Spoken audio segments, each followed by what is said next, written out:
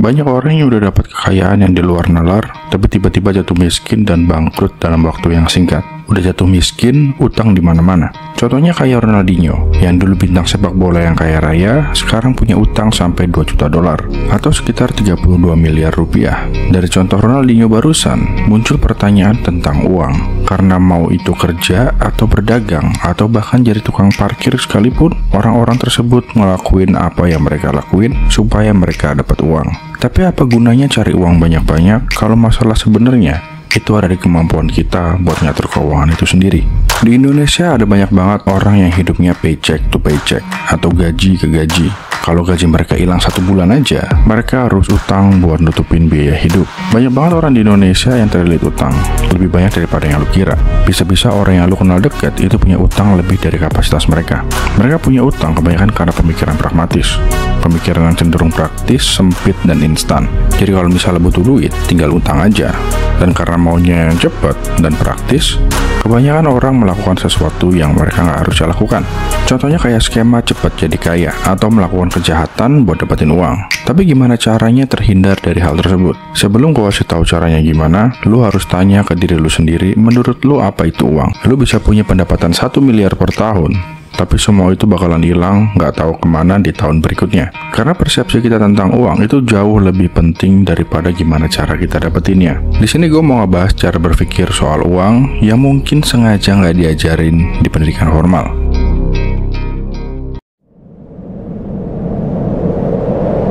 Apa itu uang? Atau apa yang direpresentasikan oleh uang itu sendiri? Kalau dilihat secara fisik, itu cuma kertas yang ada tulisan angkanya. Kertas ini bisa lu dapat dengan cara nuker waktu lu dengan bekerja, dan bisa juga lu pakai dengan cara nukerin dengan barang yang ada di marketplace. Jadi sebenarnya apa itu uang? Menurut buku pelajaran, uang itu adalah instrumen yang memfasilitasi pertukaran barang atau jasa antara kedua belah pihak. Tapi menurut gua, pengertian barusan itu nggak sepenuhnya merepresentasikan uang itu sendiri. Jadi cara yang paling baik buat mendefinisikan uang adalah value. Lu beli barang yang menurut persepsi lu itu barang tersebut nilainya sama kayak jumlah uang yang lu keluarin. Tapi harga dari barang tersebut bukan lu yang nentuin, tapi marketplace. Uang adalah value atau nilai. Kenapa ini penting banget? Karena sesuatu yang ada nilainya pasti bisa ditukar sama sesuatu yang lain yang punya nilai yang sama. Misalnya lu lihat ada orang kaya yang turun dari mobil sportnya. Apa yang lu pikirin? Wah, ini orang beruntung banget. Atau apa kerjanya bisa sampai beli mobil semewah itu? Tapi lu pernah nggak berpikir gini? Nilai apa yang orang itu punya sampai bisa menghasilkan uang sebanyak itu? Uang ngebuka pandangan seseorang. Uang juga nambahin pilihan seseorang. Jadi uang adalah value. Tapi dengan lu tahu hal ini, keadaan lu itu nggak akan berubah. Kalau lu miskin, ya lu bakal tetap miskin. Cuma lu ngeliat uang dari perspektif yang berbeda aja. Jadi gimana cara ngerubah keadaan lu yang sekarang? Sebelum gue jawab, gue mau tanya dulu, gimana hubungan lu sama uang selama ini? Uang bakalan datang dan pergi dari hidup lu. Ada pendapatan, ada juga pengeluaran. Atau sebut aja produksi dan konsumsi. Lu bisa dapat uang kalau lu pakai value yang lu punya. Dan kebanyakan orang pakai value yang mereka punya buat kerja di sebuah perusahaan. Terus mereka digaji sesuai sama value yang mereka punya. Uang yang lu dapat dari bekerja bakalan hilang kalau misalnya lu melakukan kegiatan konsumsi. Misalnya kayak beli motor, bayar tagihan internet, langganan Netflix, dan lain-lain. Net worth adalah total aset yang lu punya dikurangi sama hutang yang harus lu bayar. Dan tentunya hasilnya harus positif. Menurut lu dari kedua ini, production and consumption, mana yang harus diperbaiki? Udah pasti dua-duanya. Kebanyakan dari orang Indonesia masalahnya lebih besar ada di sisi konsumsi mereka. Orang yang punya gaji di atas rata-rata masih tetap harus hidup paycheck to paycheck. Artinya uang yang mereka dapat selalu habis di akhir bulan. Nggak ada sisa uang, bahkan buat ditabung. Banyak influencer di luar sana yang bilang kalau misalnya mau kaya itu naikin pendapatannya atau produksi yang lu punya. Banyak contoh selebriti-selebriti yang naik daun dan punya uang banyak, tapi jatuh miskin dalam waktu kurang dari 1 tahun. Apa gunanya produksi yang bagus kalau misalnya lu tuh masih ada masalah di bagian konsumsinya?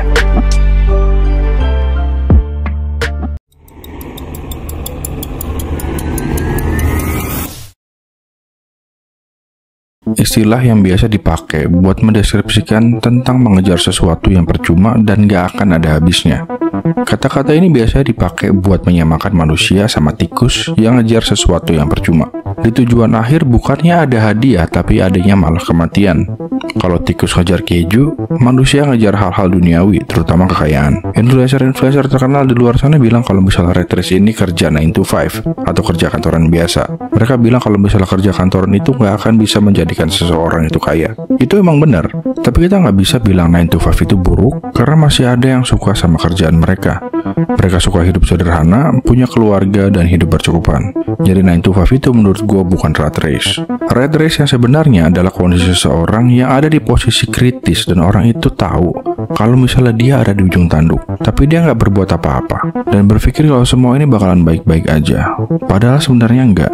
Dia itu one paycheck away from broke. Satu gaji lagi menuju gembel. Bulan depan gajinya nggak turun, nggak tahu harus gimana karena nggak punya tabungan sama sekali. Akhirnya pinjol dan lu tau lah akhirnya bakalan kayak gimana. Uang atau gaji yang masuk dalam rekening selalu habis dalam 1 bulan. Dan faktor yang bisa bikin lu jadi gembel itu ada banyak banget. Hilang kerjaan, sakit yang perlu biaya banyak, kecelakaan, dan lain-lain. Kondisi kayak gini juga bikin mental lu terganggu.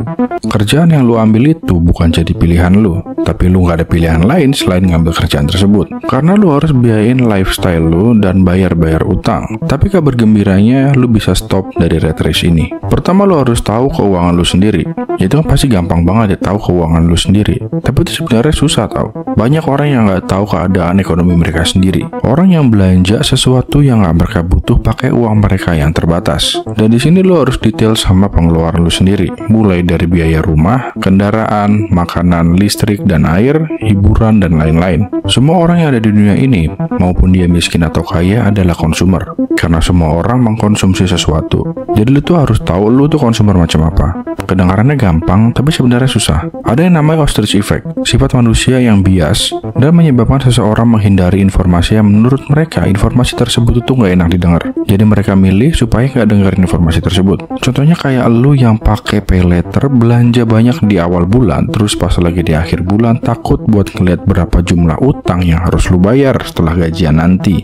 Jadi langkah awalnya adalah mengerti keadaan diri lu sendiri yang kedengarannya gampang, tapi susah, dan jadi makin susah gara-gara yang namanya pay letter. Kalau lu udah tahu lu itu konsumer macam apa, lanjut ke tahap 2, yaitu kendalikan perilaku lu sebagai seorang konsumer. Dan biasanya dengan cara budgeting.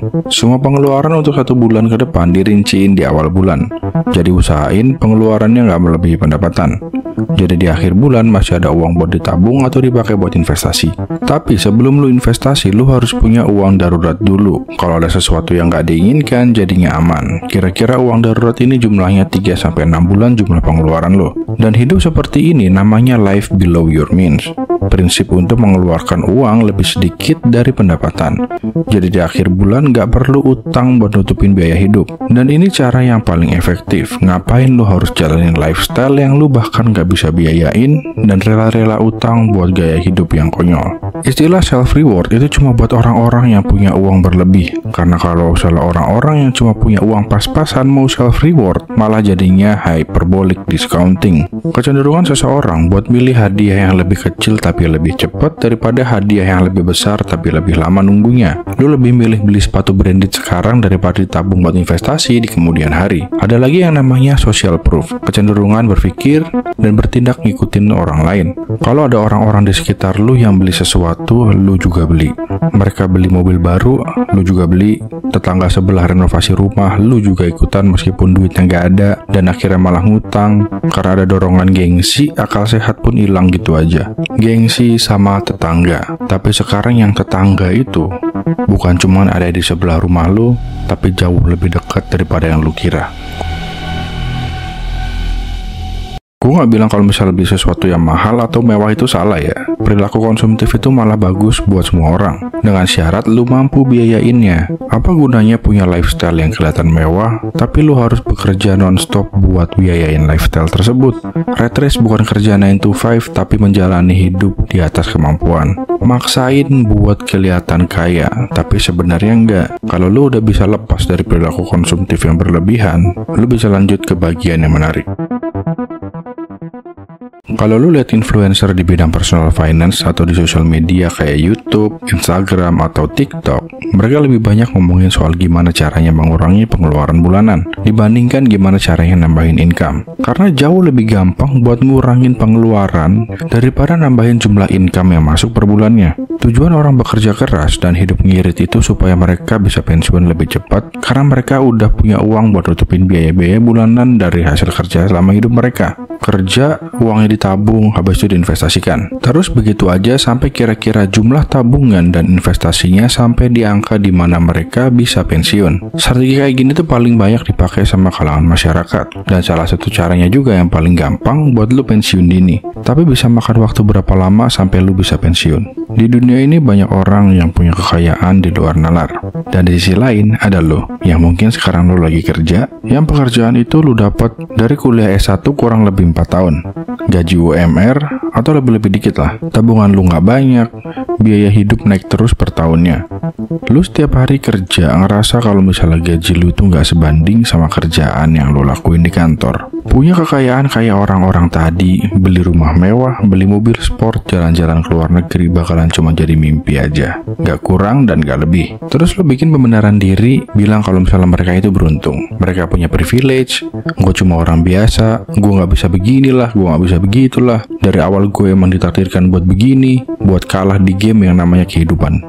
Kalau berpemikiran kayak gitu, lu salah banget. Gimana kalau misalnya ada cara buat lu menuju kekayaan? Gimana kalau misalnya lu nggak usah buang mimpi lu buat beli rumah mewah atau beli mobil sport? Gimana kalau misalnya ada rumus bagaimana cara uang itu bekerja? Di akhir video ini, lu bakalan ngerti kalau misalnya ada sesuatu yang penting banget yang sekarang lu masih nggak tahu. Tapi gue bilangin dari awal, jalan yang mau lu tempuh ini jalan yang susah dan keras. Gue yakin banyak orang yang nyoba pakai rumus yang bakalan gue kasih ini, 90%-nya bakalan gagal. Tapi kalau lu berhasil, reward yang lu dapat bakalan lebih banyak daripada yang lu kira. Lu nggak perlu khawatir lagi soal apa yang namanya uang. Jadi, lu mau tahu nggak caranya gimana? Elon Musk, Jeff Bezos, Bill Gates, Soichiro Honda, mereka adalah self-made billionaire. Dan apa yang mereka tahu dan lu nggak tahu? Rumus yang lu tahu itu ini: uang sama dengan gaji yang lu dapat dari kerja di perusahaan. Dan kerja di perusahaan jadi tujuan utama dari pendidikan yang lu tempuh selama ini. Jadi apa salahnya dari rumus tersebut? Kalau lu mau dapat uang dengan jumlah yang lebih besar dan jangka waktu yang lebih cepat, maka rumus ini nggak akan bisa bawa lu menuju kekayaan. Kenapa? Karena rumus ini ngambil satu sumber daya yang paling berharga di dunia ini, yaitu waktu. Di pekerjaan kantoran, lu dapat uang berdasarkan jumlah jam kerja yang lu jalanin. Semakin banyak jam kerja yang lu ambil, semakin banyak juga dapatnya. Jadi kalau misalnya lu dibayar 32.000 per jam, dikali jumlah lu kerja selama sebulan yang normalnya itu 160 jam, itu sekitar 5.250.000 per bulan. Kurang lebih setara UMR Jakarta lah. Dengan pendapatan segini, lu butuh 16 tahun 3 bulan buat bisa kekumpul sampai 1 miliar. Dan itu nggak dikurangin biaya hidup lo. Ini juga belum termasuk inflasi yang ada 16 tahun kemudian. Mobil ini harganya 40 miliar belum termasuk PPNBM. Lu nuker semua waktu lu buat uang, mobil ini tetap nggak akan kebeli. Jadi gimana caranya orang-orang ini bisa beli mobil semacam ini di usia yang relatif muda? Karena mereka punya rumus yang lebih bagus dari lu soal uang. Mereka punya pengetahuan soal uang yang belum lu tahu. Berhenti ngejar uang. Aturan utama dari permainan kehidupan ini adalah lu dibayar sesuai sama value yang dirasakan. Dan orang-orang yang ngelihat lu tahu kemampuan lu. Orang-orang itu adalah marketnya atau konsumernya. Gaji pemain sepak bola kelas dunia itu nggak masuk akal. Mereka dibayar jutaan euro cuma buat main bola. Gaji segitu gedenya kan berarti di sana ada marketnya. Berapa banyak orang di dunia ini yang suka sama sepak bola? Mereka rela keluarin uang buat beli tiket nonton pertandingan, beli merchandise-nya, langganan TV biar bisa nonton HD, dan ikut event sepak bola juga. Kebayangkan gimana kalau misalnya lu jadi salah satu pemain sepak bola terbaik di dunia? Market yang punya peminat paling besar di dunia, gak heran mereka dibayar jutaan euro. Ini bukan soal seberapa kerasnya lu kerja. Cleaning service yang kerja capek banget buat bersihin gedung sampai ke toilet-toiletnya dibayar lebih sedikit daripada akuntan yang cuma duduk di kursi sambil mainin laptop. Lu tanya kenapa? Karena marketnya merasakan value cleaning service lebih sedikit daripada akuntan.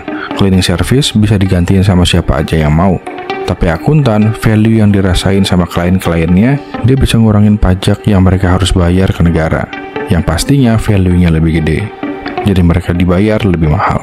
Gue bukannya mendukung lo harus kerja kantoran atau jadi akuntan gitu, tapi intinya lo harus bisa naikin value yang orang lain rasain kalau mereka tahu apa yang bisa lo lakuin.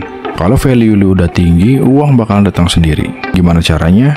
Pertama, kalau misalnya lo mau uang, cari solusi dari sebuah masalah. Semua uang bakalan datang sendiri kalau semua orang tahu lu bisa nyelesain masalah mereka. Dan ini basic dari gimana lu dapat uang. Semua bilioner tahu hal ini. Jeff Bezos mecahin sebuah masalah biar lu bisa belanja apa aja dari rumah. Dan lihat dia sekarang jadi kayak gimana. Semakin sulit masalahnya, semakin banyak juga uangnya. Kalau masalahnya bernilai jutaan dolar, uang yang lu dapat bakalan lebih banyak daripada itu. Kalau lu selama ini ngejar uang, berarti selama ini lu salah. Kedengarannya emang aneh. Kalau misalnya nyari uang, nggak seharusnya cari uangnya, tapi seharusnya cari sebuah masalah, dan lebih penting lagi solusi dari masalah tersebut. Kalau udah nemuin solusinya, bikin bisnis di sekitarnya. Jadi harus bikin sesuatu yang setara Amazon gitu, atau Google, atau Facebook. Harus belajar coding dulu gitu. Terus uang dari mana buat bikin bisnis segede itu? Stop, jangan mikir kayak gitu. Lu mulai mikir semua itu mustahil. Mulai dari sebuah masalah. Analisa sebuah pasar, karena semua yang ada uangnya adalah sebuah pasar.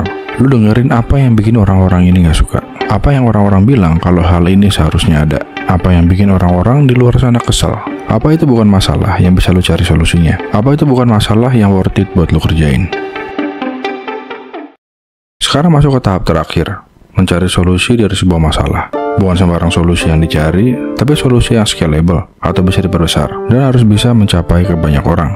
Bikin restoran atau cafe itu nggak scalable karena cuma ada di satu lokasi doang. Tapi franchise itu baru scalable karena bisa dibuka di mana-mana dengan waktu yang lumayan cepat. Bikin software itu scalable karena bisa lu taruh di marketplace di internet. Kalau solusinya butuh lu buat hadir dan menghabiskan waktu buat dapetin uangnya, itu jangan. Contohnya kayak fitness trainer, instruktur yoga. Mereka dapat bayaran per pertemuan. Jadi kalau misalnya mereka nggak ada pertemuan, mereka nggak dapat uang. Tapi kalau jadi fitness influencer, bikin satu video tapi bisa ditonton kapanpun sama orang-orang di internet, apalagi harus bayar dulu baru bisa nonton videonya, itu baru scalable. Makanya banyak banget influencer-influencer di luar sana yang jualan kelas kan. Kalau bisnis lu udah menghasilkan, jangan ragu-ragu buat outsourcing kerjaan yang ada di situ. Karena lu nggak bisa ngerjain kerjaan yang makin lama makin banyak itu sendirian. Membebani diri lu sendiri itu nggak bagus karena serajin apapun, kalau kerjaannya kebanyakan pasti nggak akan selesai. Hire karyawan lebih masuk akal, karena kalau misalnya lu mikir lu itu yang paling bagus dalam kerjaan lu, di luar sana pasti ada orang yang lebih baik daripada lu. Ditambah lagi kalau misalnya kerjaannya kebanyakan, mau sebagus apapun lu kerja, kerjaannya gak akan kelar.